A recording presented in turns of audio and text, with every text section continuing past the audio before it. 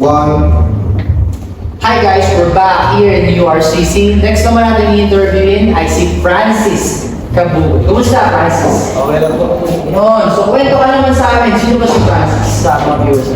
Ako nga pala si Francis the Motofist Kabugoy, tubong Ormoc-Leyte. Ako ngayon nakatira ngayon sa North Caloocan. So, isa.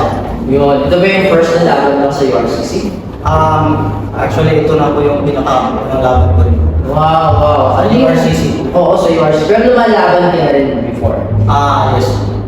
Nice. MMA ka ba or boxing? Simula ako, MMA na talaga. Kasi almost 1 year pa lang din ako sa MMA.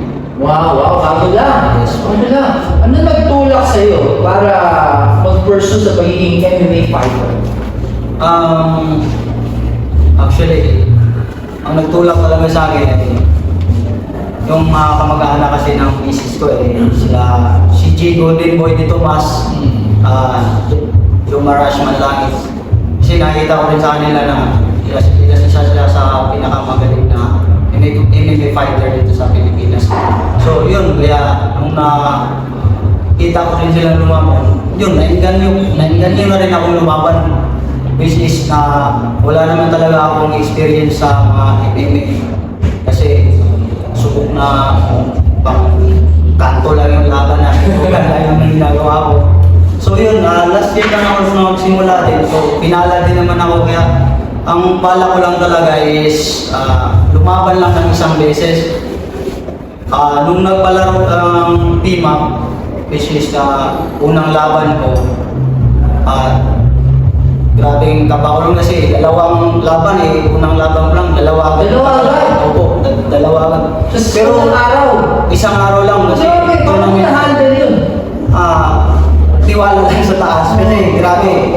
Unang laban at 7 days lang din ako nag-focus sa training. Pero pinalad na rin ako, naging gold medalist ako sa pagkakataon. Kaya yun lang talaga ang bala ko, lumaban ng isang beses. Pero nung nanalo na ako, ayun, parang naging addict na rin ako lumaban. Okay lang yung attitude sport, di ba? Pero nabanggit mo, gold medalist? Opo. So nanalo ka ng dito? Dito sa Philippine na palaro. Wow! So atleta ka pala talaga. Oo, atleta ka pala talaga. So nakaka-inspire yan. Ikaw ba ay nagkaroon ng struggle dito? Meron pa akong naging sagabal sa pagpasok mo dito na nagtigil sa'yo? Wala naman. Wala naman kasi nasa Ormoc-Leyte yung mga magulang ko. So bigla na lang din ako pumasok. Training na lang ako. Nag-focus na lang din sa training. Kasi dati may sarili din akong trabaho. Maraming trabaho na akong pinasukan. Kaya nung nagka-pandemic na, ayun na, pumasok na yung MMA sa buhay ko.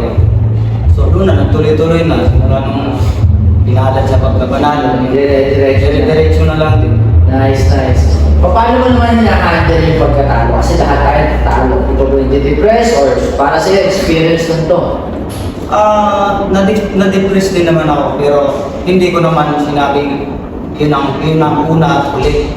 Kaya dito sa Zamboanga del Norte Convention Center, isang experience sa akin yan kasi huling laban ko is dito sa Zamboanga mismo. Oh, wow. So ito yung pangalawang laban ko sa Zamboanga del Norte. Siguro same event din sa URCC na to. Tama. Sa Dipolo din. And speaking of Dipolo, URCC 83. URCC 84, gaganapin po sa Okada. Puntahan nyo rin po ang ating sponsor, Crazy Win, Top 1 Play, 9. Puntahan nyo rin po URCC.online para makabili po natin mga pay-per-view para sa mga discount natin ng mga tickets and membership.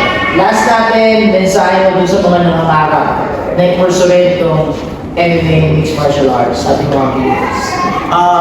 Mensahe ko lang sa mga kabataan, kung gusto niyo talaga ang ganitong laro, pagpatuloy niyo yung training kasi napakahirap talaga ng isang maging fighter kasi dugot pawis talaga ang kailangan kung gusto mong manalo. Dito naman sa nakapagsimula na, ituloy nyo lang yung training nyo kasi kapag bata kapag nagsimula, makukuha mo talaga yung ito. Tama. Totoo yan. So maraming salamat sa iyo, Francis. Thank you po tayo sa laban. Alright.